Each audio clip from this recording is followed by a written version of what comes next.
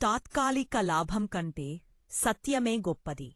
నిజాయితీ గెలిచిన రోజు. ఒక చిన్న నీతి కథ.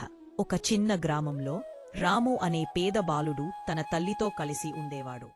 అతని తండ్రి చిన్నప్పుడే మరణించడంతో తల్లి కూలి పనులు చేసి జీవనం సాగించేది. రాము కూడా చదువుపాటు ఖాళీ సమయాల్లో ఇతరులకు సహాయం చేస్తూ ఉండేవాడు. ఒకరోజు రాము పాఠశాల నుంచి ఇంటికి వస్తూ గ్రామపు బావి దగ్గర ఒక డబ్బుల సంచి పడ్డి ఉండటం గమనించాడు.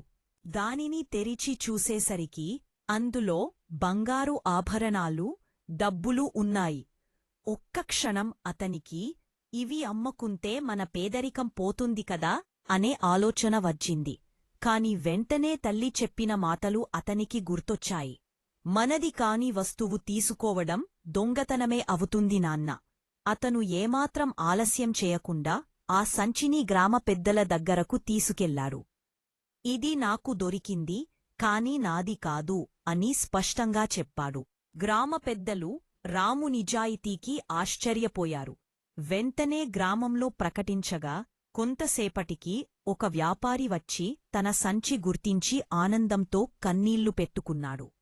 ఆ వ్యాపారి రాము చేతులు పట్టుకుని, నాయనా, ఈ రోజుల్లో ఇంత నిజాయితీ చాలా అరుదు అంతో అతనికి మంచి బహుమతి ఇచ్చాడు. అంతేకాదు అతని చదువుకు సహాయం చేస్తానని మాటిచ్చాడు. రాము ఇంటికి వెళ్లి ఈ విషయం తల్లికి చెప్పగా ఆమె గర్వంతో అతన్ని ఆలింగనం చేసుకుంది. నీతి ఎప్పుడూ మనల్ని పైకి తీసుకెళ్తుంది.